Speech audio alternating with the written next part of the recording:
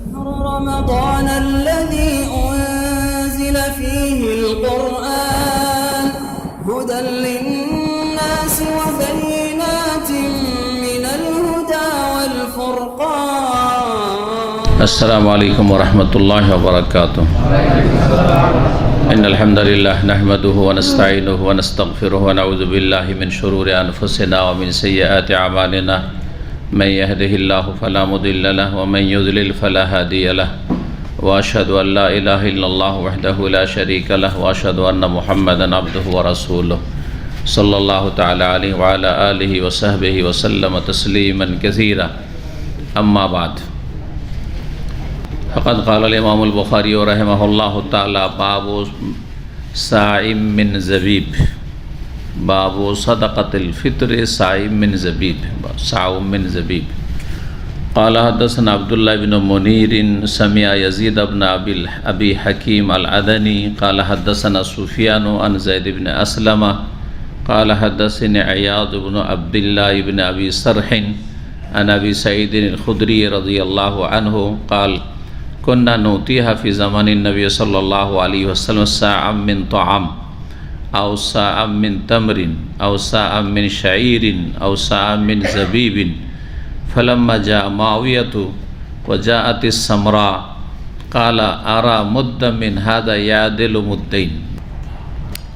সম্মানিত দিনী ভাতৃমণ্ডলী, আল্লাহ রাব্বুল আলামিনের প্রশংসা এবং প্রিয় নবী সাল্লাল্লাহু আলাইহি সাল্লামের উপর সালাত ও সালামের পর আজ 28শে রমজান 1443 হিজরি মোতাবেক 29শে এপ্রিল 2022 আমাদের ধারাবাহিক আলোচনা সহিহুল বুখারীর যে সিয়াম এবং রমজান সম্পর্কীয় যে অধ্যায়গুলি সহিহ বুখারীতে রয়েছে সেগুলি আলোচনা আমরা আজকে শেষ করতে যাচ্ছি। রমজান শেষ হতে যাচ্ছে আর আমরা রমজান এবং সিয়াম, রমজানের রোজা এবং এর সাথে সংশ্লিষ্ট যতগুলি অধ্যায় হতে পারে বা মাসাইল হতে পারে, বিধিবিধান হতে পারে, সবগুলি সম্পর্কীয় যে হাদিসগুলি রয়েছে সেই হাদিসগুলি ইনশাআল্লাহ তাআলা আমাদের শেষ হতে যাচ্ছে।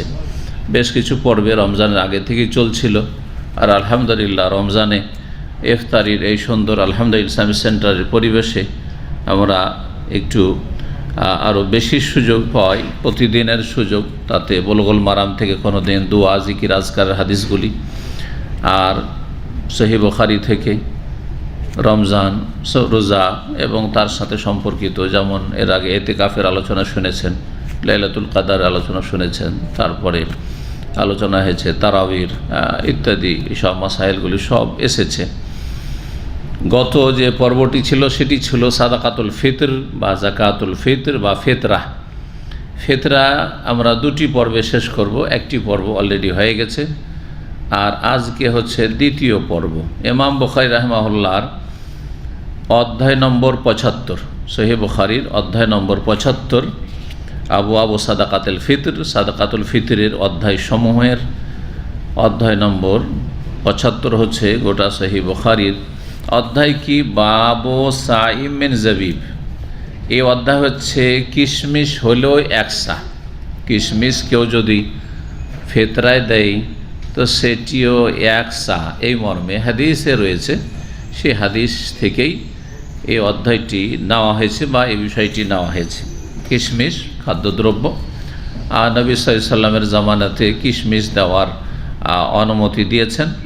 আর যাদের কিশমিশ ঘরে রয়েছে তারা কিশমিশ দিয়েছে, যাদের ঘরে খেজুর তারা খেজুর দিয়েছে, যাদের ঘরে জব তারা জব দিয়েছে।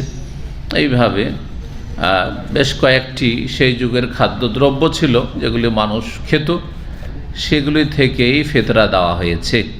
ফিতরা কখনো টাকা পয়সা দিয়ে বা কাপড় চোপড় দিয়ে চিনি দিয়ে এসব দিয়ে হয় নাই। জি, তো আশা করি নবী সাল্লাল্লাহু আলাইহি সাল্লামের হাদিসগুলি একটু মনোযোগী হয়ে শুনবেন এবং সে অনুযায়ী নিজেকে পরিচালনার চেষ্টা করবেন। এটি হচ্ছে একজন খাঁটি মুমিন যে আল্লাহর সাথে মহব্বত করে, আল্লাহ রাসূল সাল্লাল্লাহু আলাইহি সাল্লামের সাথে সত্যিকার অন্তরে মহব্বত করে বা সত্যিকার অর্থে মহব্বত করে, সে এক আল্লাহর ইবাদত করবে, এক রসুলের তরিকায় চলবে। এর চাইতে সংক্ষেপ কথা আর ভালো কথা কি হইতে পারে? আর অন্যদিকে ডাকা হচ্ছে, আপনাকে বলা হচ্ছে জাহাম্বেলি হয়ে যান, বলা হয় না তো। শাফি হয়ে যান, মালিকি হয়ে যান, তো কোনোটার দিকে তো ডাকি না। তো কেন আপনি একদিকে ডাকবেন? সোজা চলে আসেন আল্লাহর দিকে আর আল্লাহ রসুলের দিকে। ওই যা দো ইলাল্লাহি ওয়া রাসূলিহি, জি আল্লাহ বলছেন যখন আল্লাহ এবং রসুলের দিকে আহ্বান করা হবে, লিয়াহকুমা বাইনাহুম, যে বিচার ফয়সালা কার পক্ষ থেকে? আল্লাহর পক্ষ থেকে। রসুল শুনাইবেন সাল্লাল্লাহু আলাইহি সাল্লাম। তো কি বলতে হবে?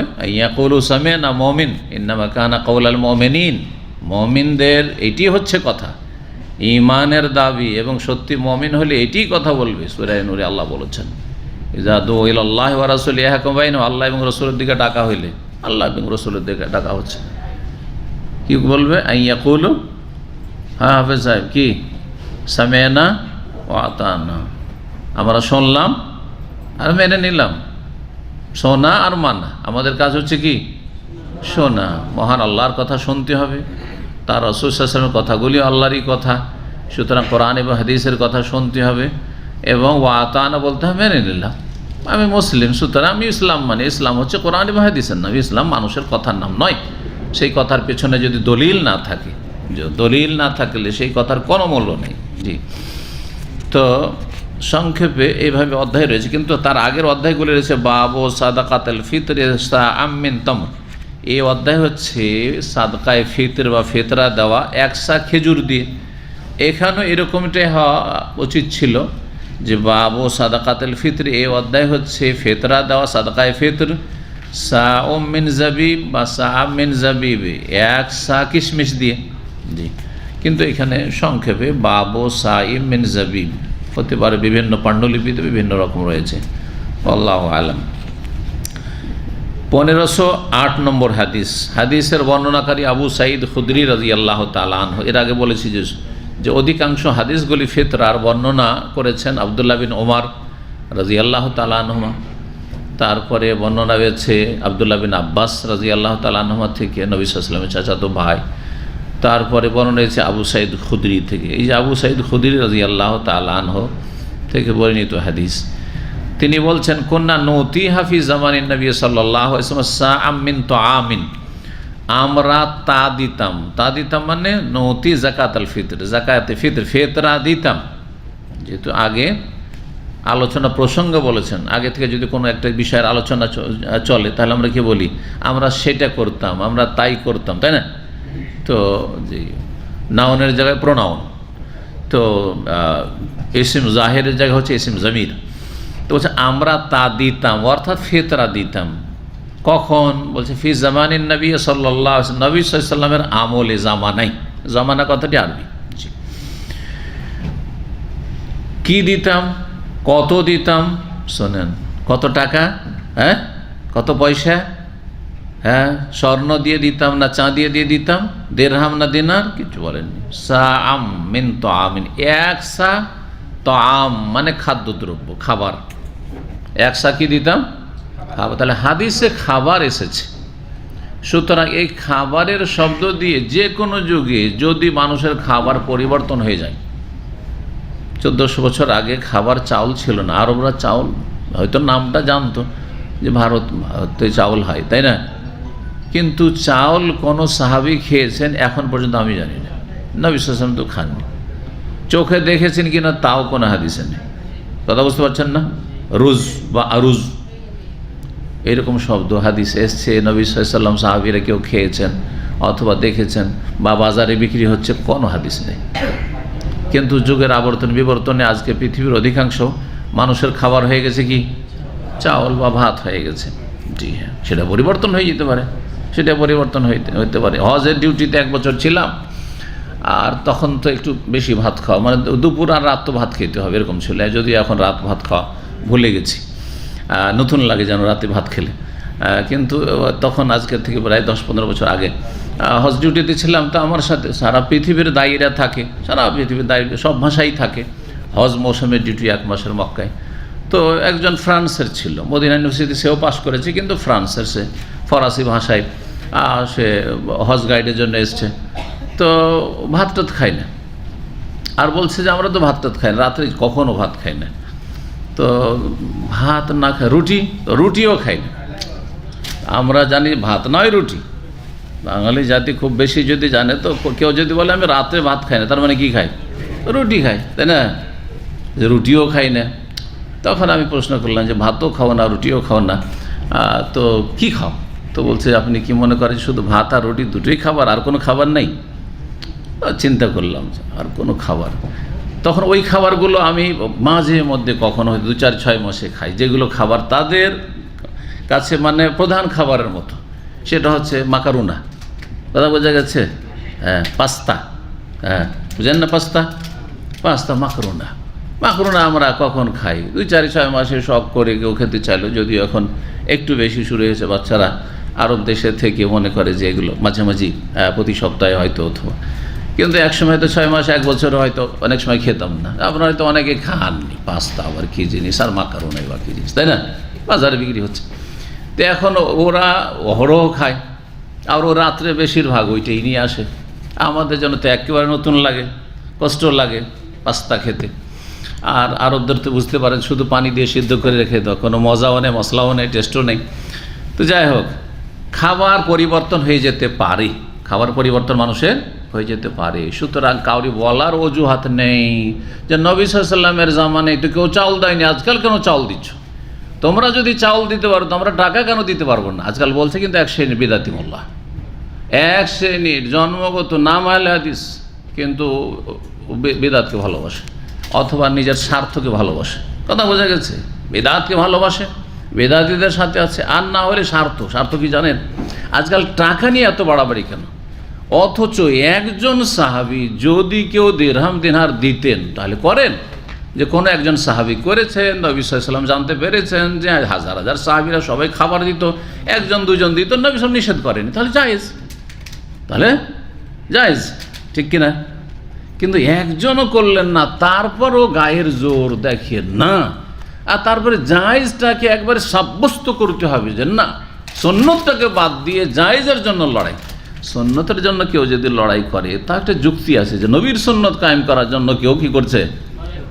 হ্যাঁ, লড়াই মানে মারামারি নয়, লড়াই মানে হচ্ছে যে লেখালেখি করছে, বয়ান করছে, ঠিক আছে, তো নবীর পক্ষে আছে। কিন্তু নবীর বিপক্ষে গিয়ে, সাহাবায়ে কেরামদের বিপক্ষে গিয়ে, খোলাফায়ে রাশিদের বিপক্ষে গিয়ে আপনি লড়াই করবেন আর আন্দোলন করবেন আর স্ট্যাটাস দেবেন আর ফেসবুক গরম করে দেবেন, এটা কোন ইসলামের খেদমত হল?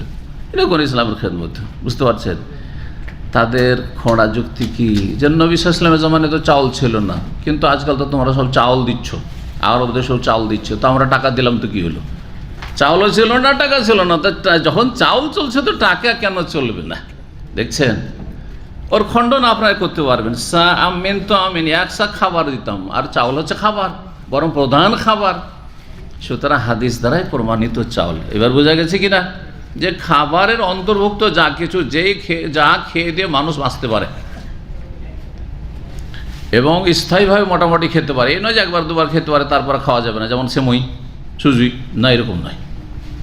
চিনি খেয়ে মানুষ বাঁচবে নাকি? হ্যাঁ, কিন্তু খেজুর খেয়ে সারা জীবন থাকতে পারে, খেজুর পানি খেয়ে সারা জীবন থাকতে পারে, কিশমিশ খেয়ে সারা জীবন থাকতে পারে। এই জন্য এগুলোর কথা এসছে। তো খাবার, আচ্ছা, দুনিয়ার স্বার্থটা কি আছে এসব মৌলবী সাহেবদের, যারা টাকার জন্য উঠা পড়ে লেগেছে আজকাল সোশ্যাল মিডিয়াতে? স্বার্থ হচ্ছে যে খাবার দাবার হলে তো মাদ্রাসার ইনকাম হচ্ছে না, হ্যাঁ, সমাজের যে সমাজপতি তাদের ইনকাম হচ্ছে না, তাদের পকেট গরম হচ্ছে না। মানে খাবার সবাই দেখতে পাচ্ছে, খাবার আসলে ফকির মিসকিনের বিতরণ হয়ে যাবে, খাবার জমা হয়েছে ফকির মিসকিনের বিতরণ হয়ে যাবে। আর আসল ফিতরা হচ্ছে মিসকিনের হক, মাদ্রাসার হক নয়। এটাও ভালো করে বুঝে নেন। নবী সাল্লাল্লাহু আলাইহি ওয়াসাল্লাম তওমাতুল লিল মাসাকিন, যে হিকমত বয়ান করেছে তাতে রয়েছে মিসকিনের জন্য খাদ্যের ব্যবস্থা করা। এই নয় যে মাদ্রাসা গোটা বছর চালাবার ব্যবস্থা করা আছে কোথাও, যে ফিতরা দিয়ে গোটা বছর মাদ্রাসা চালাইতে হবে, সেই জন্য ফিতরা কালেকশন করে আরে ফকিরকে ওই 2-4-10 টাকা দিয়ে বিদায় করে দাও, আর মাদ্রাসা লাখ লাখ টাকা ফিতরার আসছে মাদ্রাসায়। না, কোথায় আছে এগুলো ইসলাম? কথা বলছেন তো, স্বার্থ আসলে বিভিন্ন মাদ্রাসার পরিচালনা করে, বিভিন্ন মাদ্রাসার দায়িত্ব রয়েছে এই মৌলভী সাহেব হুজুররা। সুতরাং টাকা পয়সা দিলে এটা মাদ্রাসায় বড় অঙ্কের একটা অ্যামাউন্ট চলে আসবে, গোটা বছর মাদ্রাসা চালাবার জন্য একটা ভালো সুবিধা, একটা ইনকাম সোর্স। কিন্তু চাল দিলে তো ওই ফকির মিসকিনদের বাড়িতে দিয়ে দেবে, হ্যাঁ, গম দিলে তো ফকির মিসকিনদের বাড়িতে দিয়ে দেবে, তো মাদ্রাসা কোথায় আসবে? যদিও সেটাও মাদ্রাসা আসতে পারে, কিন্তু মাদ্রাসাতে সীমিত আকারে দেওয়া যেতে পারে। মাদ্রাসায় যে মিসকিন ছেলেরা আছে তাদের জন্য দেবেন, অভাবী ছেলেরা আছে যাদের বাপ মা তাদের খরচ চালাতে পারে না, বোর্ডিং খরচ চালাতে পারে না, তাদের কাপড়ের ব্যবস্থা চালাতে পারে না, তাদের জন্য খাবার। কিন্তু আমাদের মতো লোকেরা, আমাদের ছেলেরা, আপনাদের ছেলেরা সচ্ছল, আপনারা পরিবার, আপনাদের ছেলে মাদ্রাসায় পড়ছে আর ওই ফেতরা খাবে? হ্যাঁ, ফিতরা খাবে? আর ফিতরার টাকা দিয়ে বেতন দেওয়া হবে, আর আমার ছেলে, আপনার ছেলে পড়বে, তাহলে ফিতরা খাওয়া হলো না ইনডাক্টর? চিন্তা করুন আপনি, এগুলো চিন্তার বিষয় রয়েছে। আল্লাহ যেন হালাল হারাম বাছাই করার সব জায়গায় তৌফিক দান করেন। শুধু বললে হবে না যে সুদ হারাম, ঘুষ হারাম। যেখানে জাকাত লাগানো যাবে না সেখানে জাকাত লাগানো হারাম। যার জন্য জাকাত খাওয়া, ফেতরা খাওয়া হালাল নয়, সে ফেতরা জাকাত খেলো সেটাও ওইরকমই হারাম, সুদ ঘুষ খাওয়ার মতো। জি, তো একসা করে দিতাম খাবার, আওসা আমিন তামরিন, অথবা একসা খেজুর, কেউ খেজুর দিত, আওসা আমিন শাইর, অথবা একসা করে জব, আওসা আমিন জাবিব, অথবা একসা কিশমিশ। হাদিসে কিশমিশই আসলো, হাদিসে যে নামগুলি এসেছে সেটা যদি আপনি নাও খান, তবু যদি মনে করেন যে এই বছর আমি কিশমিশ দেবো, দিতে পারেন, সমস্যা নেই। বাজারে কিশমিশ পাওয়া যায়, কেনা কিশমিশ দিয়ে দিলাম। আমি এই বছর খেজুর দেবো, আমাদের দেশে তো খেজুর নাই, কিন্তু সৌদি আরব পেয়েছি খেজুর দেবো, নবী সাল্লাল্লাহু আলাইহি ওয়াসাল্লাম তো খেজুর দিয়ে দিয়েছেন, তো খেজুর দেবো, জায়েজ আছে, খেজুর দিতে পারেন আপনি। ফালাম্মা যা মুআবিয়া, তো কিন্তু যখন মুআবিয়া রাদিয়াল্লাহু তাআলা আনহু খলিফা হয়ে আসলেন, এক তো খলিফা হলেন, খোলাফা রাশেদিনদের দীর্ঘ 30 বছরের খেলাফত, এবং নবী সাল্লাল্লাহু আলাইহি ওয়াসাল্লামের 10 বছর মদিনায়, এই 40 বছর পার হয়ে গিয়ে, তো হিজরতের 40তম বছরে, অর্থাৎ 40 হিজরির পরে খলিফা হলেন কে? মুআবিয়া রাদিয়াল্লাহু। দীর্ঘ 20 বছর তিনি খলিফা থেকে, যদিও তিনি বাদশাহ, কিন্তু তাকে খলিফা বলা হয় কারণ তিনি খেলাফতে রাশেদার মধ্যেকার না হইলেও খেলাফতের কাছাকাছি তার যুগটা ছিল। হ্যাঁ, স্বর্ণ যুগ ছিল, খেলাফত রাশেদার কাছাকাছি ছিল, যদি পুরোপুরি ছিল না, যার ফলে সমস্ত রাজাদের মধ্যে সবচাইতে ভালো রাজা, ভালো বাদশাহ যদি কাউকে বলতে হয়, তো তিনি হচ্ছেন মুআবিয়া রাদিয়াল্লাহু তাআলা। সাহাবী, সাহাবীর ছেলে মুআবিয়া বিন আবি সুফিয়ান, সাহাবীর ছেলে সাহাবী, এবং তিনি খোলাফায়ে রাশেদিন আবু বকর, ওমর, ওসমান, আলী আর হাসান রাদিয়াল্লাহু তাআলা আজমাইন, খোলাফায়ে রাশেদিনের যুগের একেবারে নিকটের প্রথম তিনি, এই উম্মতের 1400 বছর ইতিহাসে প্রথম তিনি বাদশাহ। তো ইসলামে বাদশাহী রাজত্ব আছে, না হলে সাহাবায়ে কেরাম আমাদের মতো আপনাদের মতো ছিলেন না যে হক কথা বলতে পারেননি। বলবেন যে হক কথা বলতে পারেন নাকি? কারণ আমাদের দেশে এক শ্রেণীর লোকের আছে রাজতন্ত্র কুফরি মতবাদ, নাউজুবিল্লাহ, রাজতন্ত্র হারাম, রাজতন্ত্র হচ্ছে জাহিলিয়াত, এসব ফতোয়া শুনছেন না? কারণ আমাদের দেশের লোকেরা আগে মগজে অন্য কিছু ভরে আর তারপরে দলিল খুঁজে। করতে হবে কি, আগে দলিল খুঁজতে হবে, আর দলিলগুলি পড়াশোনা করার পরে তখন সিদ্ধান্ত নিতে হবে। না আগে কোরআন হাদিস না, আগে মগজে কিছু ঢুকে আছে, মওদুদি মতবাদ ঢুকে আছে, ইখওয়ানি মতবাদ ঢুকে আছে, কোন একটা মতবাদ ঢুকে আছে মগজে, আর তারপরে তখন দলিল তলাশ করা হচ্ছে। তো যেহেতু মওদুদি বলেছে রাজতন্ত্র কুফরি, রাজতন্ত্র জাহিলিয়াত, সুতরাং ওই যে মগজে ঢুকে আছে, আর তারপরে ওই হিসাবে দলিল খোঁজা হচ্ছে। জি হ্যাঁ, তো কুফরি দল মুআবিয়া রাদিয়াল্লাহু খেলাফত কুফরি ছিল নাকি? নাউজুবিল্লাহ মিন যালিক। তারপরে এত উমাইয়া বংশের এত সব খলিফা, ওমর বিন আব্দুল আজিজ খলিফায়ে রাশেদ পর্যন্ত বলা হয়েছে, কিন্তু তুমি বংশীয়ভাবে তিনি রাজত্ব পেয়েছিলেন। জি, বাদশাহ হারুন রশিদ, হ্যাঁ, এইরকম অনেক নেক বাদশাহ, রাজা বাদশারা ছিলেন। তারপরে কোরআনে কারীম আল্লাহর ওয়াতাকুম, মুলকের কথা আল্লাহ বলেছেন, জি, ওয়াতাইনাহু মুলকান আযীমা। তারপর ওয়াজআলাকুম মুলুকা, ওয়াজআলাকুম মুলুকা, আল্লাহ তোমাদেরকে রাজা ধীরাজা বানিয়েছেন। তাহলে আল্লাহ রাব্বুল আলামিন কোরআনে কারীম কোথাও বলেননি যে রাজতন্ত্র হারাম, না জায়েজ, এই কথা বলেননি। জাহিলিয়াত তো দূরের কথা, আর কুফরি তো দূরের কথা। জি, মাওলানা মওদুদি তো গণতন্ত্র ও কুফরি বলেছেন, তো ওটা কেন বাদ দিয়ে দিয়েছেন? মাওলানা মওদুদির কিতাব আমার চাইতে বেশি কেউ পড়েনি, অনেক পড়েছি। জমহুরিয়াত, ডেমোক্রেসি, গণতন্ত্র তার কাছে কুফরি মতবাদ, সারা জীবন ফতোয়া দিয়ে আসলেন। কিন্তু তারপরে শেষ জামানাতে এসে যখন মোহাম্মদের জিন্নাহ ইন্তেকালের পরে তার মেয়ে ফাতেমা জিন্নাহ দাঁড়াইলো, আর এইদিকে আইয়ুব খান দাঁড়াইলো, তখন বলছে আইয়ুব খান শুধু পুরুষ, ওর মধ্যে ভালো কিছু নেই, আর ফাতেমা জিন্নাহর মধ্যে দোষ হচ্ছে শুধু মহিলা, বাকি সব ভালো। আমার কথা বুঝলেন কি বুঝলেন না? কথা বলছেন না? নারী নেতৃত্বকে সাপোর্ট করে দিল, নারী নেতৃত্বকে মৌলানা মওদুদি সাপোর্ট করে দিল পাকিস্তানে। এটা কোনো নতুন কথা নয়, অনেক আগের কথা। জি হ্যাঁ, ও আইয়ুব খান আমলের কথা বলছি, বুঝতে পেরেছেন? আর তখন তারপরে ইলেকশন নেমে গেল। যতদিন ভারতে ছিলেন ততদিন পর্যন্ত গণতন্ত্র কুফরি মতবাদ ছিলেন। যখন হিজরত করে পাকিস্তান আসলেন তখন পাকিস্তানেও তো গণতান্ত্রিক পদ্ধতি, পাকিস্তান পাক জমিন নেওয়া হইল, কিন্তু এই তো পাক করে ইসলাম কায়েম করা হইল না, দণ্ডবিধান কায়েম করা হইল না, চোরের হাত আজ পর্যন্ত কাটা হইল না, কেসাস আজ পর্যন্ত কায়েম করা হইল না, সৌদি আরবের মতো কিছুই করা হইল না আজ পর্যন্ত, শুধু নামটাই থেকে গেল। যখন এইরকমটা হইল তখন তিনি পাকিস্তান হিজরত করে এসে বললেন যে আর এখন কুফরি নেই, তখন কুফরি ছিল। এগুলো যদি বলতে লাগে তো বলুন যে মানুষের কি বোধ করছি, সতর্ক করছি। সুতরাং কোরআন এবং হাদিস থেকে ইসলাম নেন। হ্যাঁ, কারো মগজ প্রসূত আর কেউ একটা থিওরি পেশ করে দিয়েছে ইসলামের নামে, আর ইসলামী গণতন্ত্র ভাগ করে দিল। ইসলামী গণতন্ত্র, আমরা যারা ইসলামপন্থী তারা ইসলামী গণতন্ত্র করছি, আর বাকি এরা না আওয়ামী লীগ বিএনপি এদেরটা বাদ দিল, কিন্তু আমাদেরটা হচ্ছে ইসলামী গণতন্ত্র। এর পার্থক্য কোথায়? পার্থক্য কোথায়? অধিকাংশ মানুষ কখনো পৃথিবীতে সৎ হবে না, অধিকাংশ মানুষ কখনো মুসলিম হবে না, সব কাফের থাকবে, সব ফাসেক থাকবে, সব পাপী থাকবে, বেনামাজি থাকবে। তাহলে অধিকাংশের ভোট দিয়ে জয়ী হবে না আর ভালো মানুষ আসতে পারবে, এটা অসম্ভব কথা। কী করে ভালো মানুষ আসতে পারে? সুতরাং গণতন্ত্র কোনোদিন ইসলামিক পদ্ধতি নয়, তার নাম যতই বড় ইসলাম দেন না কেন। কি বলছিলাম? মুআবিয়া রাদিয়াল্লাহু তাআলা খলিফা হইলেন, মানে বাদশাহ হইলেন। বাদশাহ হওয়ার পরে তার রাজধানী কোথায় ছিল? দামেস্কে ছিল। কোফানা রাজধানী ছিল দামেস্ক, মানে শাম দেশে ছিল। তো তিনি মদিনা বেড়াতে আসলেন, রাজা বাদশাহ মদিনা এসছেন। মদিনা আসার পরে সেখানে খুতবা দিলেন, আর খুতবা দিয়ে তিনি সেই সময়টা ছিল ঈদুল ফিতরের সময়। তিনি তার বক্তব্য পেশ করলেন যে শাম দেশে তো গম হয়, আর গম চাষ তো আরব দেশে হয় না, আর আরব দেশে তো গমের দাম অনেক বেশি, আর খেজুর সস্তা, কিশমিশ সস্তা। হ্যাঁ, এক সা গমে 2 সা খেজুর পাওয়া যায়। 1 সা গমে কি পাওয়া যায়? 2 সা খেজুর পাওয়া যায়। যখন এত দাম বেশি গমের, সুতরাং তিনি কি করলেন? হাদিসের সামনে ইজতিহাদ করে দিলেন, নিজের ব্যক্তিগত মত পোষণ করলেন। সেটা হচ্ছে, আমার মত হচ্ছে, আসছে হাদিসে, আমার মত হচ্ছে যে কেউ যদি 1 সা খেজুর দেয় আর একজন আধা সা গম দেয় তাহলে যথেষ্ট।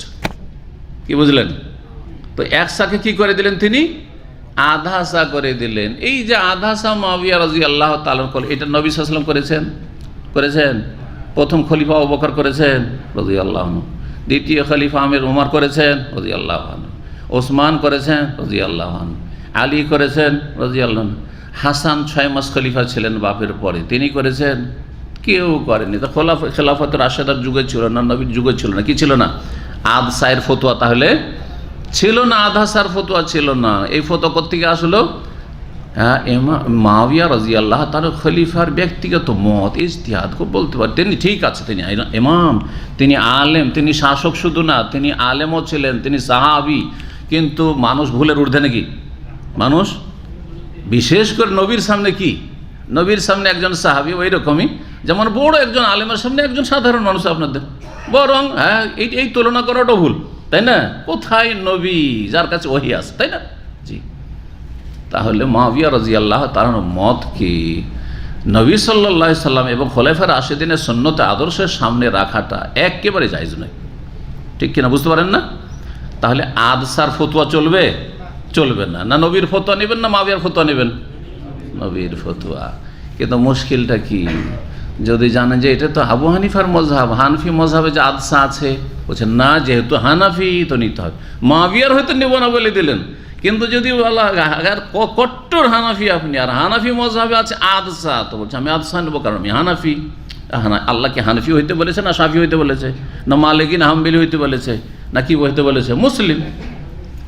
আর মুসলিম কোরআন সুন্নাহ মানতে হয়। ইমাম আবু হানিফা রাহিমাহুল্লাহ অনেক বড় ইসলামের খাদেম ছিলেন, ইমাম ছিলেন, আলেম ছিলেন, শাফি, মালিক, আহমদ সবাই, কিন্তু তাদের কাছে ওহী আসেনি। তারা ওই রকমই ইজতিহাদ করেছে যেমন মুআবিয়া ইজতিহাদ করেছেন। মুআবিয়া রাদিয়াল্লাহু ইজতিহাদে যদি তার ফতোয়ায় ভুল হইতে পারে, তাহলে ইমাম আবু হানিফা ভুল হইতে পারে নাকি? ভুলের ঊর্ধ্বে না, মোটেই না। জি। তাদের যদি ভুল হইতে পারে তা আমি কে? আমার ভুল হইতে পারে, আমারও ভুল যদি আসলে দলিল দ্বারা প্রমাণ হয়ে যায় তাহলে ছেড়ে দেবেন, অবশ্যই ছাড়তে হবে। জি, এখন শোনেন কি বলছেন মাওয়িয়া, আরা আমি মনে করি মুদ্দাম্মিন হাজা এক মুদ এইটা কি, ফালাম্মা যা মাওয়িয়া যখন মাওয়িয়া আসলেন, ওয়া যা আতিস সামরা আর বড় বড় দানার সে গম আসলো। আমরা ছোটোকালে দেখেছি গম আমাদের দেশে হয়তো, তো একটা হয়তো সেচ করা গম আর একটা হয়তো বিনা সেচের কিন্তু খুবই সুন্দর গম হইতো, এখন ওগুলো গম পাওয়া যায় সব সেচ। তো সামরা মানে মোটা মোটা দানার একবারে সুন্দর সুন্দর গম, এত দামি গম সামদেশ থেকে আসে, মক্কা মদিনা বিক্রি হয়। আর বলছেন যে এই তো খুব মূল্যবান, কাল আরাম মুদ্দাম্মিন হাজা, এই যে গম, এই গমের এক মুদকে মনে করি ইয়াদেল মুদ্দাইন, 2 মুদ খেজুরের সমান, 2 মুদ কিশমিশের সমান। সুতরাং যারা মুদ 4 মুদে গিয়ে 1 সা, 4 মুদে গিয়ে 1 সা, মুদ মোটামুটি আপনার 600 গ্রামের মতো, মুদ হচ্ছে 600 গ্রামের মতো বা তার একটু বেশি। তো 1 মুদে কি হয়ে যায়, 1 মুদ সমান খেজুরের গম, 1 মুদ সমান খেজুরের কি 2 মুদ, খেজুরের 2 মুদ। তার মানে সায়ে নিয়ে আসি এখন, কারণ ফেতরা যেহেতু সায়ে, 1 সা গম সমান 2 সা খেজুর। সুতরাং 1 সা যখন খেজুর হাদিসে এসেছে আর গমের কথা হাদিসে আসেনি আর আরব দেশে ছিল না, তাহলে যারা গম দিবে আর সামদেশের লোকেরা তো গম দিত, তিনি তো সামদেশে থাকতেন, তো সামদেশের লোকের জন্য বিশেষ করে এটা আরও প্রযোজ্য, কারণ ওদের চাষ হচ্ছে ওইখানে গমের। সামদেশে প্যালেস্টাইনে, জর্ডনে, দামেস্কে ওইদিকে গমের চাষ হচ্ছে সেই যুগে। তো বললেন যে গম যদি কেউ আধা সা দেয় তাতেই চলবে, গম আধা সা দিলেও তাই চলবে। জি, হাদিসগুলো শেষ করে নিই, ইখতিলাফে মাসলা মাসা ইনশাআল্লাহ তাআলা সময় থাকলে পরে বর্ণনা করব। তাহলে এতটুকু অন্তত জানলাম যে আদসার ফতোয়াটি কার, প্রথম মুআবিয়া রাদিয়াল্লাহু তাআলা, তারপরে এই ফতোয়াটি আবু হানিফা রাহিমাহুল্লাহর মযহাবের ফতোয়া। কিন্তু মুআবিয়ার কথা হোক আর আবু হানিফার কথা হোক রাহিমাহুল্লাহ রাদিয়াল্লাহু আনহুম, যার কথাই হোক কোরআন এবং হাদিসের আলোকে যাচাই করতে হবে, যদি না টিকে শক্তিশালী না হয় তো সম্মানের সাথে ছেড়ে দিতে হবে। জি, ৭৬ নম্বর অধ্যায় হচ্ছে বাবু সাদাকাতি কাবলাল ঈদ। এই অধ্যায় হচ্ছে ফেতরা দিতে হবে, সাদকায়ে ফিতর ঈদের আগে। ঈদের আগে আমাদের দেশে অনেকে অবহেলা করে, ঈদের পরে দেয়, ঈদ পড়ে এসে ফেতরা দিচ্ছে। আবার সরদারেরা এমন ভুল কাজ করে, গোটা গ্রামের জনগণের ফেতরা জমা করে নিয়েছে, টাকা পয়সা জমা করে নিয়েছে, আর ঈদের পরে বিতরণ, তো গরিবের ঘরে তো পৌঁছিল না। আসল তো উদ্দেশ্য হচ্ছে ঈদের আগেই যাতে গরিব আর গরিবের ছেলেমেয়েরা খুশি থাকে যে আমাদের বাড়িতে কি এসেছে, খাবার দাবার আছে, অসুবিধা নেই। চিন্তা না করতে একজন গরিব মিসকিন মানুষকে যে কোথায় রিক্সা নিয়ে বেরোবো ঈদের দিনে, ছেলে মেয়ের কাছে ঈদ করবো না রিক্সা নিয়ে বেরোবো, পেটে ভাত নাই, কি খাওয়াবো ছেলে মেয়ে, এই চিন্তা না করতে হয়। ঈদের আগে অলরেডি বাড়িতে ফকির মিসকিন, গোটা গ্রামের দরিদ্র গরিবদের বাড়িতে খাবার দাবার সব পৌঁছে যায় যাতে করে।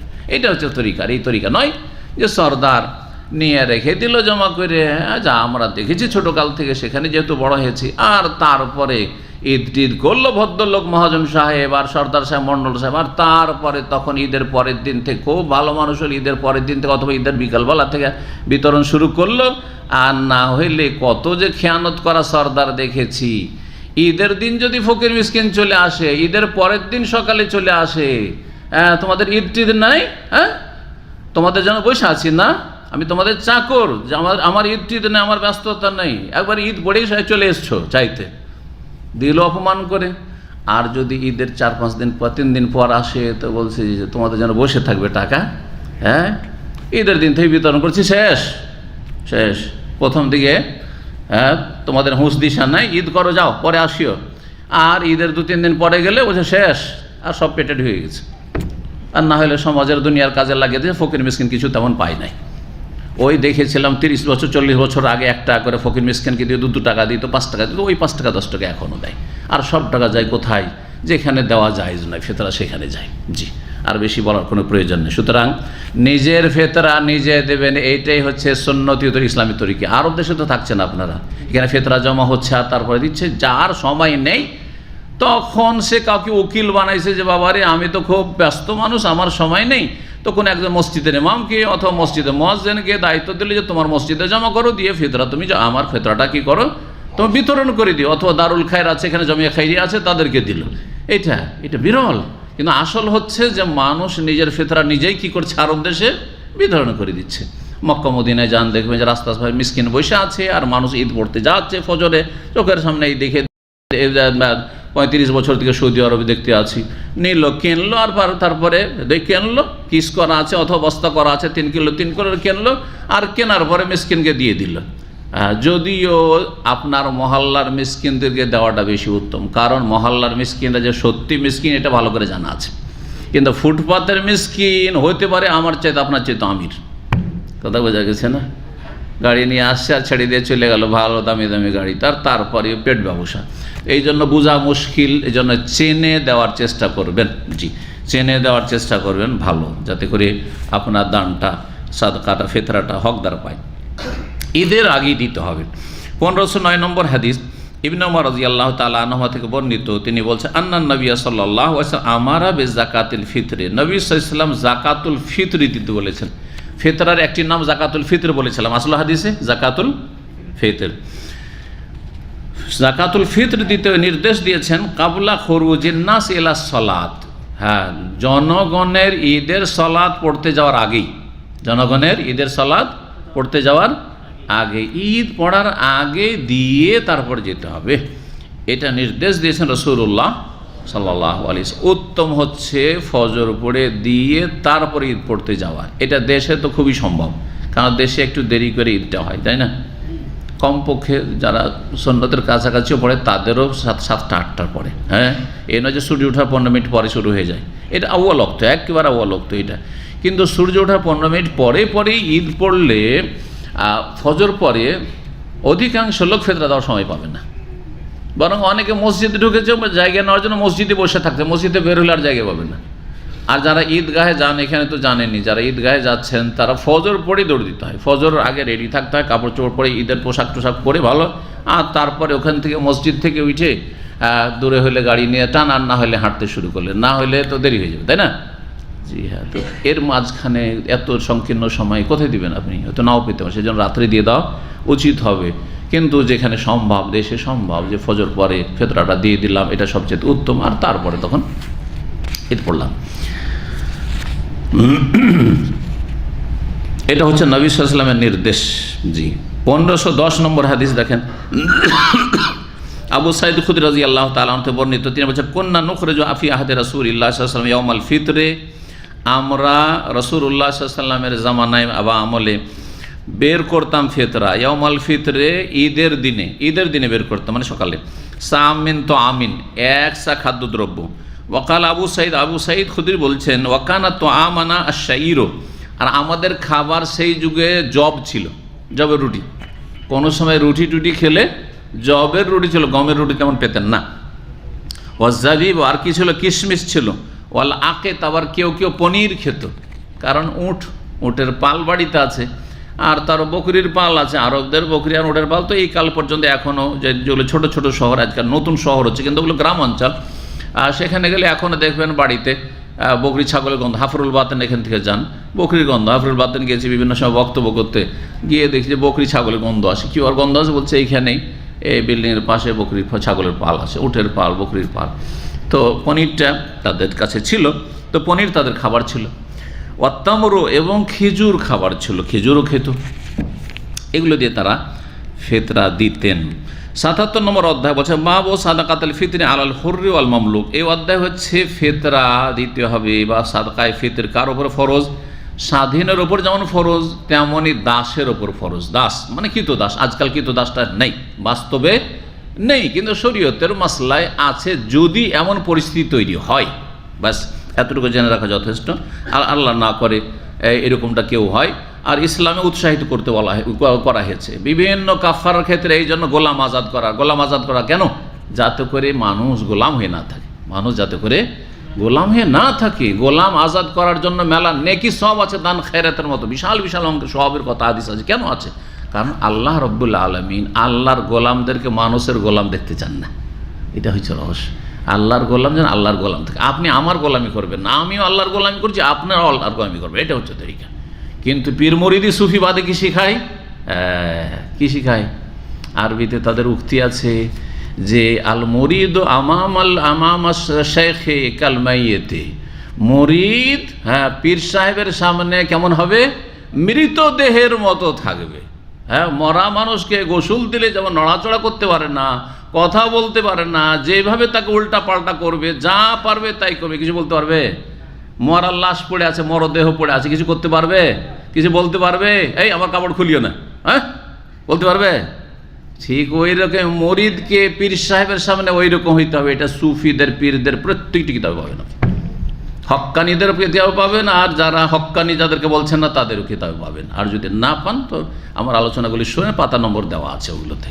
যখন হাতে নাতে নিয়ে বসেছি তাদের কিতাব নিয়ে, তখন পাতা নম্বর বলে দিচ্ছে তাদের এই কিতাবগুলিতে এই শিক্ষা দেওয়া হয়। সুতরাং মরিদ যদি পীর সাহেব যদি মরিদিনীর সাথে কুকাজও করে, কিচ্ছু বলতে হবে না, কারণ তুমি মরা লাশের মতো তুমি পড়ে থাকবে, তো তোমার কিছু বলার অধিকার কোথায় আছে? আউযুবিল্লাহি মিনাশ শাইতানির রাজিম। জি, 2-3 দিন আগে আমাদের এক ভাই মোবারকে কন্ডিশনে থাকে, সে বলছে আমি তো অবাক, আমি ভাবছিলাম যেগুলো কেতাবেই আছে, কেতাবে নাই। বলছে আমার আম্মা একদিন বলছে যে পীর সাহেবের অনেক বরকত আছে, যে সুতরাং পীর সাহেব যদি রাতে ডাকেও তবু না করতে হবে না, বরং তাবারুক নিতে হবে। কথা বুঝতে পেরেছেন? আউযুবিল্লাহ। এগুলো বাস্তবে, শুধু কেতাবে নাই, বাস্তবে হচ্ছে। আল্লাহ হেফাজত করে এই পীর মুরিদি থেকে। পীর মুরিদি হচ্ছে গোলামি, যে গোলামি আল্লাহ জায়েজ করেন নাই, হারাম গোলামি। যে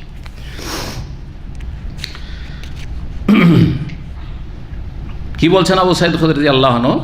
হ্যাঁ হয়ে গেছে, ওইটি হয়ে গেছে। তারপর অধ্যায় বলছে 77 নম্বর অধ্যায়, ফেতরা কার উপর ফরজ? স্বাধীন লোক আমাদের মতো যারা, তাদের ফরজ। এমনকি দাস দাসী যদি থাকে তাদের ফরজ। দাস দাসীর ব্যক্তি মালিকানা নেই, তো কে দেবে? দাসের যে মনিব হবে মালিক, হ্যাঁ তার উপর ফরজ হবে। যারা নাবালক রয়েছে, কচি কাঁচা, তাদের তো ইনকাম সোর্স নেই, তাদেরটা কে দেবে? তাদের ভরণ পোষণ যার উপর ফরজ। সুতরাং আপনার স্ত্রী ফেতরা কার উপর ফরজ? আপনার উপর ফরজ, যেহেতু ভরণ পোষণ আপনার উপর ফরজ। আপনার ছেলে মেয়ে যারা নাবালক, হ্যাঁ ছেলে যদি সাবালক হয়ে যায় তারও ফরজ, কারণ তার ইনকাম করার যোগ্যতা হয়ে গেছে। তবে নফল হিসাবে যদি বাপ দিয়ে দেয় সেটা আলাদা কথা। 25-30 বছরে আমার ছেলেরা আছে আর আমি নিজে ফেতরা দিয়ে দিচ্ছি, বাবা তোমাদের ফেতরা দিয়ে দিলাম, কোনো অসুবিধা নেই। বা আপনি এখানে আছেন, বাবা তোমার ফেতরা দিয়ে দিলাম, আমরা আব্বা বলছে, অসুবিধা নেই, কেউ কারো পক্ষে দিতে পারে। কিন্তু আসল হচ্ছে যে সাবালক হওয়ার পরে ছেলেরা স্বাবলম্বী, সুতরাং তার ওপরে ফরজ, হ্যাঁ সেই ফরজটা নিজে আদায় করুক অথবা অন্য কেউ আদায়। মেয়েদের যেহেতু ইনকাম করা নেই ইসলামে, সুতরাং মেয়েরা যতক্ষণ পর্যন্ত যার দায়িত্ব আছে তার উপর ফরজ। স্বামীর ঘরে যাওয়ার পরে কার উপর ফেতরা ফরজ? স্বামীর ওপর। স্বামীর ঘরে যায়নি, বাপের ঘরে আছে, বাপের ওপর। বাপ নাই, বড় ভাই আছে, বড় ভাইয়ের উপর ফরজ, যেহেতু ভরণ পোষণ তার ফরজ হয়ে গেছে। ইমাম জোহরি রাহমাহুল্লাহ বলছেন, ওয়াকালা জোহরি ফিল মামলুকিন লিতিজারা ইউজাক্কা ফিত তিজারাতে ওয়া ইউজাক্কা ফিল ফিতরি। একটা ফিকহার মাসলা বলছেন, গুরুত্বপূর্ণ মাসলা বলছেন। ইমাম জোহরি রাহমাতুল্লাহ আলাইহি প্রখ্যাত তাবেঈ কিন্তু, এবং বড় ইমাম ছিলেন হাদিসের, ফিকহের। তিনি বলছেন যে দাস দাসীদের ক্ষেত্রে যেগুলি ব্যবসার জন্য রাখা হয়েছে, ব্যবসা বাণিজ্য চলছে আজকাল, যেমন গরু ছাগলের ব্যবসা চলছে না, বা বিভিন্ন পণ্যের ব্যবসা। এক সময় দাস দাসীর ব্যবসা চলতো, হ্যাঁ দাস দাসীর, এক লোক দাস দাসীর ব্যবসা চলছে, এক শহর থেকে আরেক শহর পাঠাচ্ছে, দাস দাসী পাঠাচ্ছে, কেনা বেচা চলছে। তো যারা দাস দাসীর ব্যবসা বাণিজ্য করে তাদের ক্ষেত্রে বলছেন ব্যবসায়ী সামগ্রীতে ইউজাক্কা ফিতি, যারা ব্যবসায়ী সামগ্রীর জাকাতও দিতে হবে, বা ইউজাক্কা ফিল ফিতরি, আর ফেতরার জাকাতও দিতে হবে, ফেতরার জাকাতও দিতে হবে। অর্থাৎ একজন মানুষের কাছে ধরেন 50টি দাস আছে, গোলাম আছে, দাস দাসী আছে, গোলামের ব্যবসা করছে। কেউ 50টা গরু ছাগল উটের ব্যবসা করছে, 50টা 100টা তার কি আছে, তার কোম্পানি প্রতিষ্ঠানে গোলাম আছে, গোলামে ব্যবসা করছে। এই শহর থেকে ওই শহর পাঠায়, বিক্রি করে, এই হাট থেকে ওই হাটে বিক্রি করে। এখন একে দুটোই দিতে হয়। ব্যবসায়ী সামগ্রী হিসাবে বছরে একবার জাকাত দিতে হবে। কত টাকার গোলাম আছে, একটা গোলামের দাম যদি ধরেন 1 লাখ টাকা, তাহলে 50টি আছে তো 50 লাখ টাকা তার, তাই না?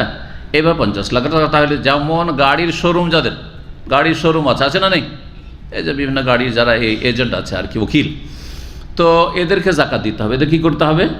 জাকাত দিতে হবে। কিন্তু যারা গাড়ি ট্যাক্সি রাস্তায় নামিয়ে ভাড়া বাইছে, এই যে ট্যাক্সি কোম্পানিগুলো, লেমোজিন ট্যাক্সি, এদেরকে জাকাত দেওয়া লাগবে না।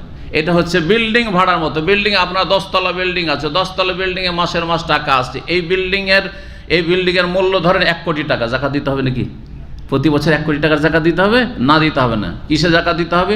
ওই যে ভাড়াগুলো কালেকশনে আসছে, কালেকশনে আসার পরে যদি খরচ খরচা করে যতটা বাঁচবে বছরে একবার জাকাত দিতে হবে। ঠিক তেমনি যারা ট্যাক্সি চালাচ্ছেন বা ট্যাক্সি কোম্পানির মালিক যারা, এরা যে ভাড়াগুলো কালেকশন হয়ে তাদের কাছে আসছে, তারপরে এই টাকা যদি খেয়ে দিয়ে তাদের কাছে জমে থাকে 1 বছর ধরে, তাহলে তাতে জাকাত দিতে হবে। কিন্তু যারা বিভিন্ন দেশ থেকে কারগুলি নিয়ে আসছেন শোরুমে, আর তাদের ব্যবসা চলছে, পুরো টাকার হিসাব করে যত টাকার কার আছে, গাড়ি আছে, সবগুলির কী করতে হবে? জাকাত দিতে হবে। ঠিক ওই রকমই যেমন গোলামের ক্ষেত্রে, গোলাম যেহেতু মানুষ, তো মানুষের আর মানুষ হলেও এরা যেহেতু ব্যবসায়ী সামগ্রীতে পরিণত হয়েছে, এই জন্য এদের জাকাতও লাগবে। আবার মানুষের মাথা প্রতি ফেতরাও রয়েছে, সুতরাং কী করতে হবে? ফেতরাও দিতে হবে। তাহলে এই মালিককে কি করতে হবে? যখন ঈদুল ফিতর আসবে তখন 50টি গোলাম আছে, 50টি গোলামের প্রত্যেকের 1 সা করে 50 সা কী করতে হবে? ফেতরাও দিতে হবে। তাই বলছেন ওয়াইজাক্কা ফিতেজারা, ব্যবসায়ী সামগ্রীরও জাকাত দিতে হবে গোলামে, ওয়াইজাক্কা ফিল ফিতরে, আর ঈদুল ফিতর আসলে ফেতরাও দিতে হবে, তাদেরকে জাকাতুল ফিতরও দিতে হবে। 1511 নম্বর হাদিস বর্ণনা করেছেন আব্দুল্লাহ বিন উমর রাদিয়াল্লাহু তাআলা আনহু ক্বালা, তিনি বলছেন ফারাদান নবী সাল্লাল্লাহু আলাইহি ওয়াসাল্লাম যাকাত সাদাকাতুল ফিতরে, নবী সাল্লাল্লাহু আলাইহি ওয়াসাল্লাম ফরজ করেছেন। কি করেছেন? ফরজ না সুন্নাত? ওয়াজিব বলেননি, কিন্তু কি বলেছেন? ফরজ। নবী সাল্লাল্লাহু আলাইহি ওয়াসাল্লাম ফরজ করেছেন সাদাকাতুল ফিতরে, সাদকায়ে ফিতর। আও ক্বালা, বর্ণনাকারী সন্দেহ হয় সাদাকাতুল ফিতর বলেছেন, না হয় বলে সাদাকাতুর রমাদান, রমজানের সাদাকা। এই জন্য প্রথম দিন আমি বলেছি আলোচনায় যে এই ফিতরার কয়েকটি নাম আছে, 5টি 6টি নাম বলেছিলাম, মনে আছে কারো? মনে আছে, মাশাআল্লাহ। তার মধ্যে একটি হচ্ছে সাদাকাতুর রমজান, রমজানের সাদাকা, যাকাতুর রমজান।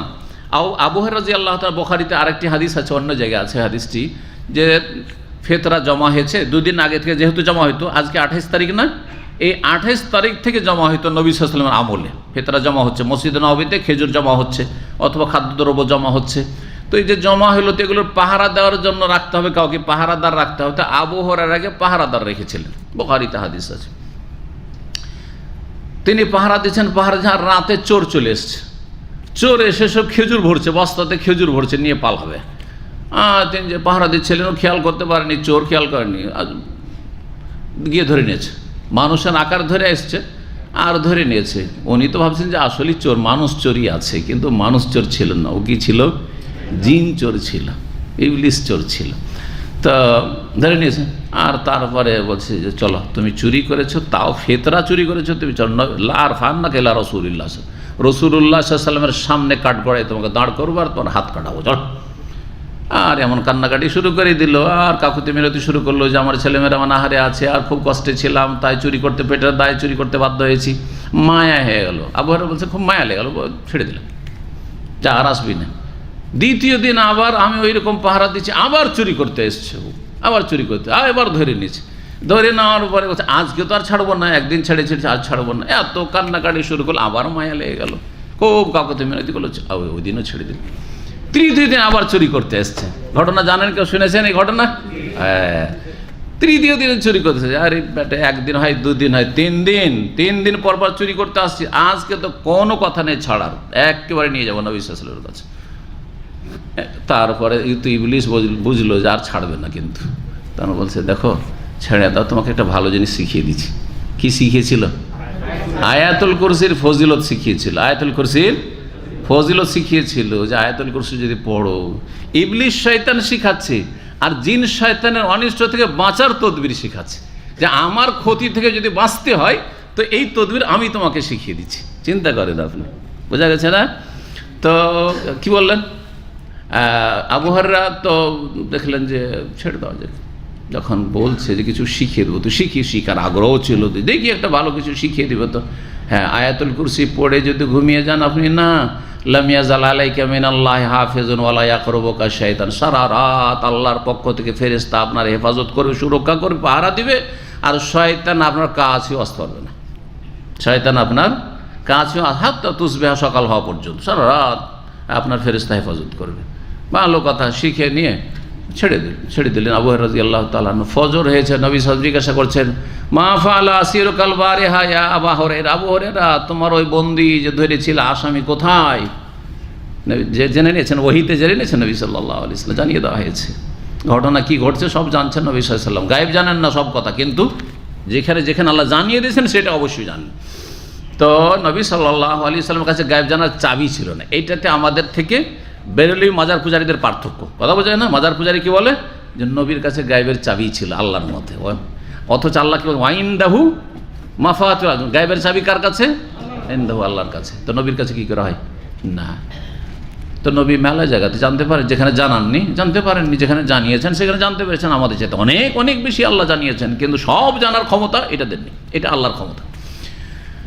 তো বলে ইয়া রাসূলুল্লাহ ঘটনা এই, একটা ভালো কিছু শিখিয়ে দিল, তখন ছেড়ে দিলাম। 2 দিন তো মায়াতে ছাড়লাম আর কান্নাকাটিতে ছাড়লাম, আর এই দিন একটা কিছু শিখিয়ে দিল, সেই জন্য এই যে আয়াতুল কুরসি ফজিলত শিখিয়েছে। হ্যাঁ, তখন নবী সাল্লাল্লাহু আলাইহি ওয়াসাল্লাম কি বলেছিলেন? কি বলেছিলেন কে বলতে পারেন?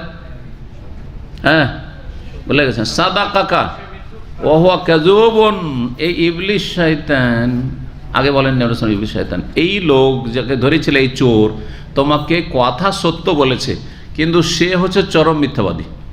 কথা সত্য বলেছে কিন্তু সে হচ্ছে চরম মিথ্যাবাদী, কাযুব। হ্যাঁ, আর তারিফ আবু হুরায়রা, আবু হুরায়রা জানো এটা কে, ওই চোরটা কে চিহ্ন করছেন? না জানি না তো ইয়া রাসূলুল্লাহ, আমি তো মনে করছি চোর চোর।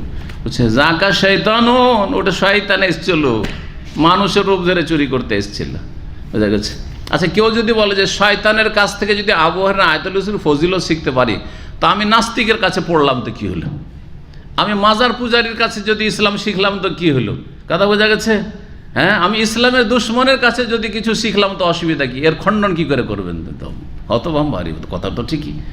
আবু হুরায়রা কার কাছে শিখেছে? শয়তানের কাছে। তো আমি শয়তান চাইতে কি খারাপেরা? শয়তান তো বেশি খারাপ, তাই না? ধোকা দিতে এইভাবেই ধোকা দিয়েছে। সুতরাং বলছে বেদাতির কাছ থেকে নেওয়া যায়, যেটা ভালো সেটা নেন। কিছু বক্তা বলছে আজকাল যে অসুবিধা নেই, কে সহি কথা বলছে কে ভুল কথা বলছে অত জানার দরকার নেই, আপনি নেন যেটা ভালো সেটা নেন, আর খারাপটা নিয়েন না। তো ভালো মন্দ যদি পার্থক্যই করতে পারবেন, তাহলে তো আপনি এসে স্টেজে বক্তব্য করেন, আপনি কেন শিখবেন তাহলে? এত কি সবার ক্ষমতা আছে যে কোনটা ভালো কোনটা মন্দ পার্থক্য করতে পারবেন? মোটেই পারবেন না। তাহলে জবাব কি হবে? হতভম্ব করে দেবে যে শয়তানের কাছ থেকে শিখলো তো আমি শিখলাম তো কি হলো, নাস্তিকের কাছ থেকে, আমি মাজার পূজারের কাছ থেকে, পীরের কাছ থেকে যদি এলিম নিলাম তো কি হলো, বেদাতির কাছ থেকে নিলাম তো কি হলো? উত্তর হচ্ছে যে আবু হুরায়রা অতিক্ষান্ত হননি, নবী সাল্লাল্লাহু আলাইহি ওয়াসাল্লামের কাছে কনফার্ম হয়েছেন। তাহলে এই শিক্ষাটা আর শয়তানের শিক্ষা থাকলো না। হ্যাঁ, কে সমর্থন দিলেন? অনুমোদন কে দিলেন? এটা তখন হাদিস হয়ে গেল। এটা হাদিস তখন কি হয়? অনুমোদন, তাকরীর। নবী সাল্লাল্লাহু আলাইহি ওয়াসাল্লাম যদি সাপোর্ট না করতেন তো এটার কোনো মূল্য, শয়তানের কথার কোনো মূল্য থাকতো না। কথা বোঝা গেছে না? ওই রকমই যদি ধরেন ফুটপাতে একটা কথা শুনলেন, আর শোনার পরে সন্দেহ হইল, কি জানি এটা হয়তো ইসলামে ভুলভাল কথা বলছে, আর তারপরে করে একজন আলেমকে আসলেন ইসলামের সেটা জিজ্ঞাসা করলেন, আর তারপরে আমরা বললাম, কেউ বললাম যে না ভাই ঠিকই আছে, এটার দলিল আছে, তাহলে হয়ে গেল। তাহলে আর ওইটা ওই ফুটপাতিয়া কথা থাকলো, এটা কি হয়ে গেল? দলিল পেয়ে গেলেন যে না আমি আলেমের কাছ থেকে জেনেছি। কথা বোঝা গেছে না? জি হ্যাঁ। তো হাদিস দেখা যাক, নবী করিম সাল্লাল্লাহু আলাইহি ওয়াসাল্লাম কি বলেছেন যে ফরজ করেছেন, ইবনে ওমর বলছেন ফরজ করেছে সাদকাতুল ফিতর অথবা রমজানের ফিতর আলা যাকারি, কার ওপর? পুরুষের ওপর, ওয়াল উনসা নারীর ওপর, নর নারী সবার ওপর, ওয়াল হুর স্বাধীনের ওপর, ওয়াল মামলুক আর গোলামের ওপর। কতটা? সামিন তামির, 1 সা খেজুর, আর সামিন শাইর, 1 সা হচ্ছে জব। ফাআদালান নাসু বিহি নিসফা সাইন মিন বুররিন, কিন্তু লোকেরা পরবর্তীকালে আধা সা গমকে 1 সা খেজুরের সমান করে দিল। লোকেরা করলো, নবী সাল্লাল্লাহু আলাইহি ওয়াসাল্লাম করেননি, যেমনটা বললাম, এবং খোলাফায়ে রাশিদিন করেননি। লোকেরা কোন যুগে করলো? 40 হিজরি পরে। হ্যাঁ, 40 হিজরির পরে করেছে। তাহলে ইসলামের প্রথম যুগ যেটা, সেই যুগে এই আদসার ফতোয়া ছিল না। তারপরে শোনান কি বলছে, ফাকানা ইবনে ওমর, আব্দুল্লাহ বিন ওমর কি করতেন? ইউতিত তামার, খেজুর দিতেন। আব্দুল্লাহ বিন ওমর সুন্নতের পাবন্দ ছিলেন, নবী সাল্লাল্লাহু আলাইহি ওয়াসাল্লাম খেজুর দিয়েছেন, আমি মদিনায় থাকি সুতরাং আমিও খেজুর দেবো, খেজুর দিতেন। ফাআওয়াজা আহলাল মাদিনাতি মিনাত তামরি, একটা বছর মদিনায় খেজুরের ফলন একেবারে কমে যায়, দুর্ভিক্ষ হয়ে যায়, আর মদিনায় খেজুরের ফলনই হয় না। মদিনাতে খেজুর পাওয়া যায় না। যে মদিনায় যদি খেজুর না হয় তো দুনিয়ার আর কোথায় খেজুর হবে? সবচেয়ে প্রসিদ্ধ খেজুর হচ্ছে, আর সবচেয়ে বেশি খেজুরের ফলন হয় মদিনায়, আরব দেশের মধ্যে। বরং সারা পৃথিবীতে আমার জানা মতে সবচেয়ে বেশি খেজুর সৌদি আরবে আলহামদুলিল্লাহ, এবং মদিনায় সবচেয়ে বেশি, তারপরে কাসিম, তারপরে ধরেন আল হাসা, এগুলোতে খেজুর আছে, আল খার্জ, কিন্তু সবচেয়ে বেশি খেজুর মদিনার খেজুর। তো মদিনায় 1 বছর খেজুরে দুর্ভিক্ষ নেমে আসে, খেজুর পাওয়া যায় না। যখন খেজুর পাননি ইবনে ওমর, তো কি দিয়ে ফেতরা দিবেন বলছে, ফা আতা শাইরান, তখন জব দিয়েছিলেন ফেতরায়। 1 বছর কি করেছিলেন? জব দিয়ে। ফাকানা ইবনে ওমর ইউতিস আনিস সাগীর ওয়াল কাবীর, আব্দুল্লাহ ইবনে ওমর রাদিয়াল্লাহু তাআলা আনহুমা ছোট বড় সবার ফেতরা দিতেন, ছোট বড় নাবালক সাবালক সবার ফেতরা দিতেন। হাত্তা ইনকানা ইউতি আনবানিয়া, এমনকি আমার সন্তানদেরও ফেতরা তিনি দিয়ে দিতেন। এই কথাটি বলছেন তার থেকে বর্ণনাকারী প্রখ্যাত তাবি নাফে ছিলেন আব্দুল্লাহ বিন ওমর রাদিয়াল্লাহু তাআলা আনহুমার স্বাধীনকৃত গোলাম ছিলেন। তারপরে তিনি তাকে কি করেছিলেন? স্বাধীন করে দিয়েছেন। আব্দুল্লাহ বিন ওমর তার ছেলেদেরকে যেমন কোরআন পড়ার জন্য পাঠাইতেন মসজিদ নববীতে, গোলামকেও কাজ নিতেন না, বুঝে যাও আমার ছেলেদের সাথে তুমি যাও কোরআন পড়ো, তুমি যাও এলেম শিখো, তুমি যাও হাদিস শিখো। এই করতে করতে একটা গোলাম মানুষ কি করে সময় পায়, কি করে এত বড় আলেম এই নাফে মাওলা ইবনে ওমর, তিনি বড় একজন ইমাম, তাবেঈদের যে ইমাম হয়েছিলেন, তিনি আলেম হয়েছিলেন, একজন চাকর। জি, সুতরাং আমাদের ঘরে অনেকের ঘরে চাকর নকর যারা করে, কাজের মেয়েরা আছে, কাজের ছেলেরা আছে, এদেরকে যদি আমরা পড়ার সুযোগ দিই, অনেকে পেটের দায়ে ছোট বাচ্চাকে দিয়ে দিয়েছে আমার বাড়িতে কাজ করার জন্য, তাকে যা মাদ্রাসা যা শিখায়, দেখছেন যে না ব্রেন আছে মাশাআল্লাহ, মেধা শক্তি ভালো আছে, তো দিয়ে দেন মাদ্রাসা ফি সাবিলিল্লাহ পড়তে দিয়ে দেন, আপনার জন্য সাদকা জারি, একটা গরিবের ছেলেকে মানুষ করে দিবেন আপনি। অভাবের কারণে হয়তো এই ছেলেগুলো মানুষ হয়েছে। কত ছেলের এইরকম প্রতিভা আছে, কত মেয়েদের প্রতিভা আছে, কিন্তু অভাবের কারণে তারা পড়াইতে পারে না, পড়তে পারে না, প্রতিভার বিকাশও ঘটে না, মানুষ জানতে পারে না যে অনেক কিছু হইতে পারতো, এর মধ্যে অনেক কিছু রাখা ছিল, সেটা চাপা পড়ে থেকেই গেল। তো এই নাফে বলছেন যে আমার সন্তানরা আত্মীয় না, শুধু স্বাধীন করেছেন, একসময় গোলাম ছিলেন, স্বাধীন করেছেন, আর তার ঘরে থেকেছেন একসময়। আমার বাচ্চারা যে হয়েছিল, বাচ্চাদেরও পক্ষ থেকেই তিনি ফেতরা দিয়ে দিতেন। তাহলে এই থেকে বোঝা গেল যে কারো ফেতরা কেউ দিতে পারে। আমি আপনাদের ফেতরা দিতে পারি, আপনারা আমাদের ফেতরা দিয়ে দিতে পারেন, যে কারো ফেতরা, কিন্তু ফরজ যার ইনকাম আছে তার উপর।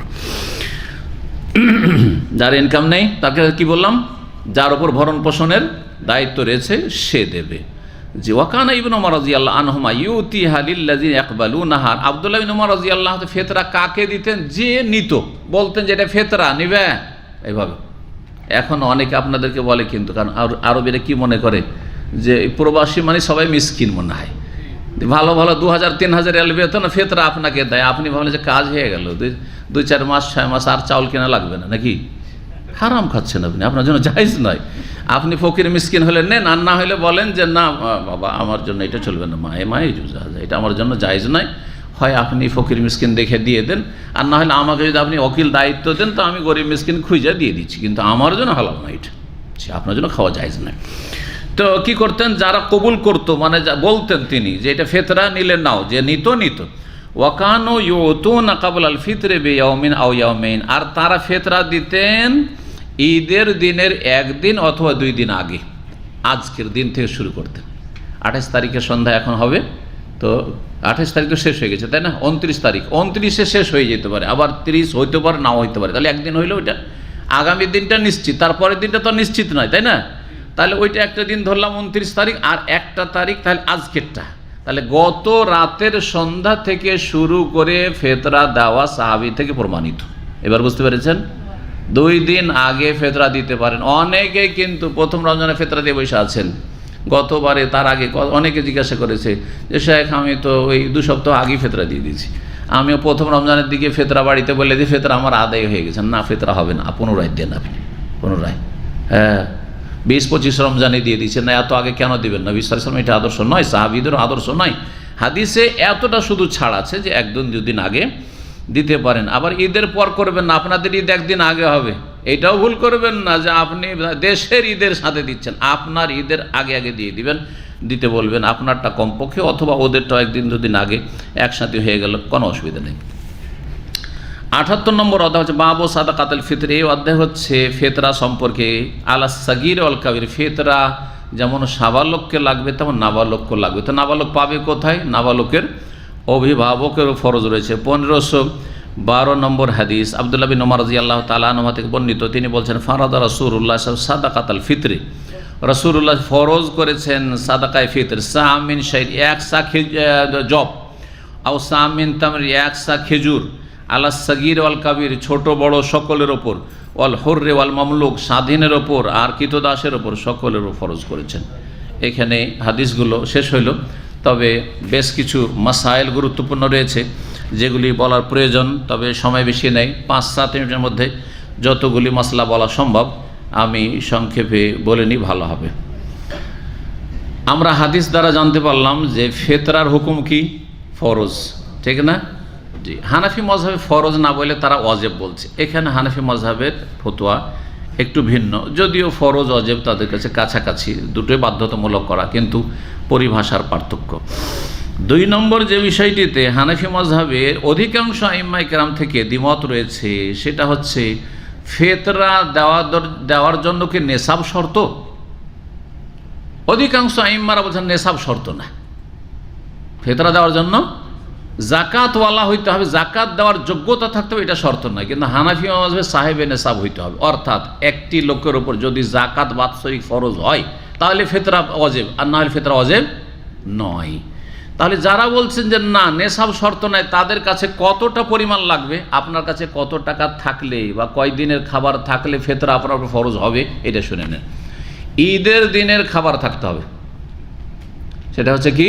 ঈদের দিনের আপনার খাবার থাকতে হবে, আপনার অধীনে আপনার স্ত্রী ছেলে মেয়ে থাকলে তাদের ভরণ পোষণ, তাদের খাবার ঈদের দিনের থাকতে হবে। দেওয়ার পরে তাদের খাবার খরচ, আপনার খাবার খরচ ঈদের দিনের দিয়ে দেখছেন যে আমার কাছে 3 কেজি চাউল আছে বা 3 কেজি চাউলের টাকা আমার পকেটে আছে, তাহলে আপনার ফিতরা ফরজ।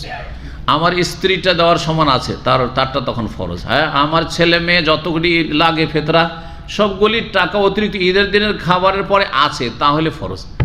অর্থাৎ ঈদের পরের দিনের জন্য রাখতে পারবেন না, আগে ফিতরা দিতে হবে। ফিতরা দিয়ে দেওয়ার পরে ধরেন আর কিছু নেই আপনার কাছে, ঈদের দিনের খাবার দাবার শেষ, আর ঈদের পরের দিনে কাজ কাম পেলেন না, তাহলে ঈদের পরের দিন কি খাবেন? আপনার ছেলে মেয়েকে কি খাওয়াবেন? বলছে আপনি ফিতরা নেন, সমস্যা নেই, তখন আপনি মিসকিনের অন্তর্ভুক্ত, আপনার জন্য ফিতরা নেওয়া জায়েজ। আমাদের সমাজে কিছু কুসংস্কার আছে, যারা জাকাত খাওয়ার যোগ্য গরিব তারাও মনে করে জাকাত নিলে ছোট হয়ে যাব, আছে না এরকম? জি। ফিতরা খাওয়ার যোগ্য মিসকিন, অভাবী, হ্যাঁ, চিকিৎসা করতে পারছে না, চলতে পারছেন না, আর খাওয়া দাওয়া নেই বাড়িতে, তারপর মান সম্মান, আমার বংশ এরকম সম্ভ্রান্ত বংশ চলে, কি করে আমি ফিতরা খাবো? মানুষে কি বলবে, সমাজে কি বলবে, মান ইজ্জত নিয়ে মরছে, আর ওরা এইসব লজ্জা করে না, করে না। তো কুসংস্কার আছে আমাদের সমাজে, যার জন্য জাকাত খাওয়া যায় জাকাত খান, যার জন্য ফিতরা খাওয়া যায় ফিতরা খান, যার জন্য জায়েজ নয় সে খাবেন না। কথা বুঝতে পারছেন না? তো দেখছেন যে আপনার ঈদের পরে নেই, সুতরাং আপনি ঈদের পরের দিন যদি কিছু না থাকে আর ইনকাম করতে পারলেন না, তাহলে আপনি নিতে পারেন, আপনিও ফিতরা নিতে পারেন, আপনিও জাকাত নিতে পারেন। নেশাব শর্ত নয়, শর্ত হচ্ছে ঈদের দিনের খাবার দাবার থাকতে হবে এতটুকু, তারপরে অতিরিক্ত থাকলে ফিতরা দেবেন আর না হলে দেবেন না। 3 নম্বর যে বিষয়টি, সেটাতে হানাফি মযহাব আর অন্য মযহাবের ভিন্নতা রয়েছে, সেটা হচ্ছে যে কুফার সা হচ্ছে 4 সের, মানে 3.5 কেজি।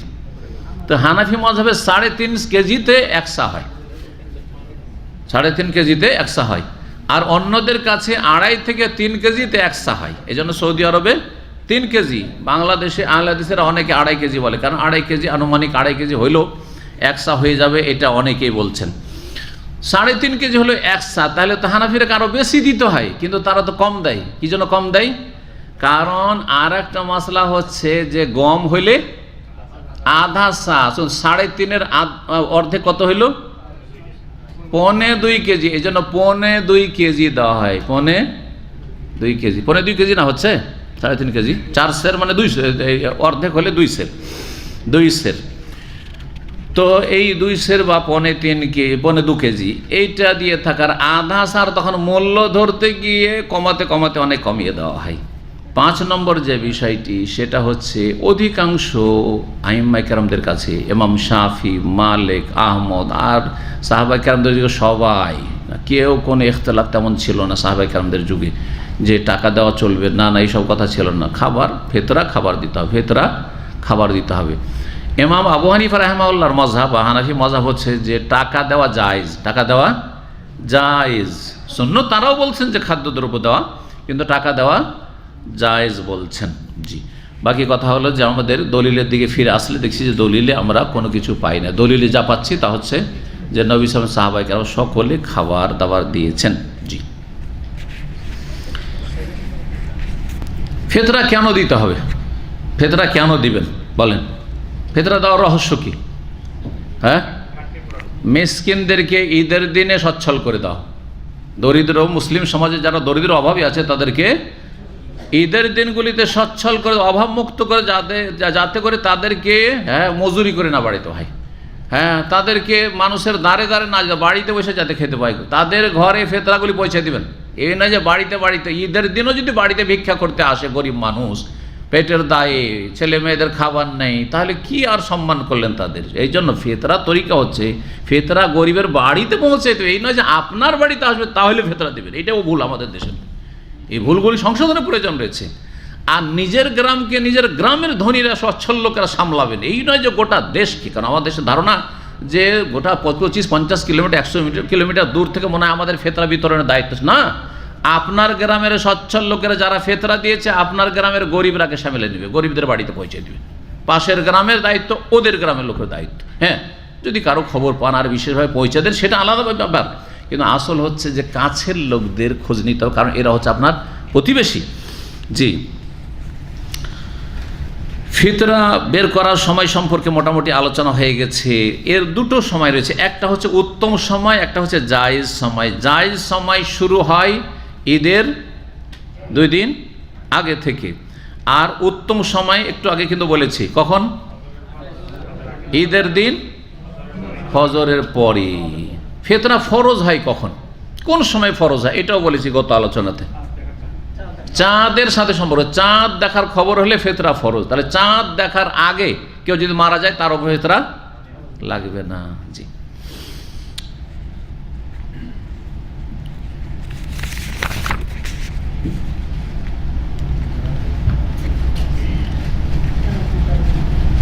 ফিতরা কোন জায়গায় দিবেন? যেখানে আছেন প্রবাসে এখানে দিবেন না দেশে দিবেন? যেখানে আছেন সেখানেই যদি গরিব মিসকিন থাকে তাহলে সেখানে দেওয়াটাই উত্তম, সেখানে দেওয়াই উত্তম। কিন্তু যদি দেখা যায় যে যেখানে আছি সেখানের তুলনায় আমার যে গ্রামের বাড়ি, সেখানে ঢাকা শহরে আছেন আর গ্রামের বাড়িতে অনেক গরিব, ঢাকা শহরে গরিব চেনাই মুশকিল, অপরিচিত জায়গা। ধরেন সৌদি আরবে আছেন, এখানে মানুষ প্রায় সচ্ছল আর গরিব কেউ আছে কিন্তু গরিবের খোঁজ পাওয়া মুশকিল। কিন্তু আমার গ্রামে গরিব মানুষ খেতে পায় না, মানুষের যে প্রাকৃতিক প্রয়োজন মানুষের বেঁচে থাকার জন্য সেটাই নেই মানুষের কাছে, বস্ত্র নেই, খাবার নেই, তাহলে তাদের কাছে পৌঁছানো যাবে, বরং তাদের কাছে পৌঁছানো উত্তম, তাদের কাছে পৌঁছানো উত্তম। ফিতরা মুসলিমকে দিবেন না অমুসলিমকে? ফিতরা ফরজ মুসলিমদের ওপর, সুতরাং খাবেও মুসলিম। ফিতরা অমুসলিমদের উপর ফরজ নয়। মুসলিম দেশে অমুসলিম বাস করে তাদেরকে ফিতরা দিতে হয়, ফিতরা লাগবে না তাদের। জি, সুতরাং যখন অমুসলিমের ফরজ নাই, মুসলিম দেবে, ফিতরা খাবে কে? তো মাতুল মাসাকিন, মুসলিম মিসকিনদের খাদ্যের। বা ঈদ কার? অমুসলিমের ঈদ, মুসলিমদের ঈদ। সুতরাং ঈদের দিনগুলিতে যাতে করে মুসলিম গরিবগুলি সুখী থাকে, এটা হচ্ছে উদ্দেশ্য। সুতরাং অমুসলিমকে ফিতরা দেওয়া জায়েজ নয়।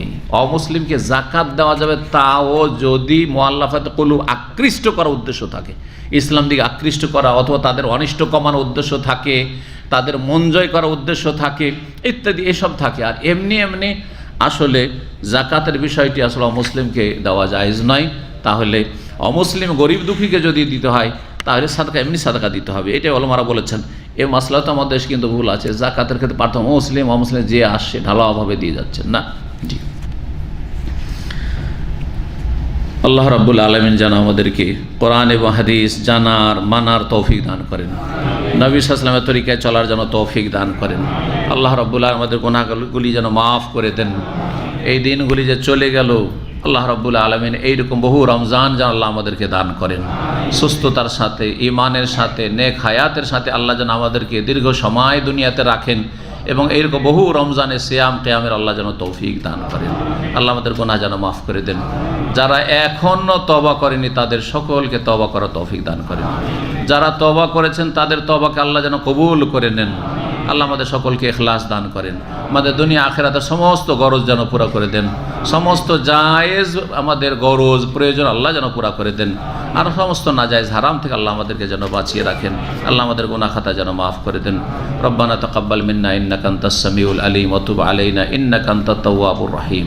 রব্বিরহামহুমা কামা রব্বায়ানি সগীর। আল্লাহ আমাদের বাবা মাকে তুমি মাফ করে দাও। দাদা দাদি নানা নানি সবকে মাফ করে দাও।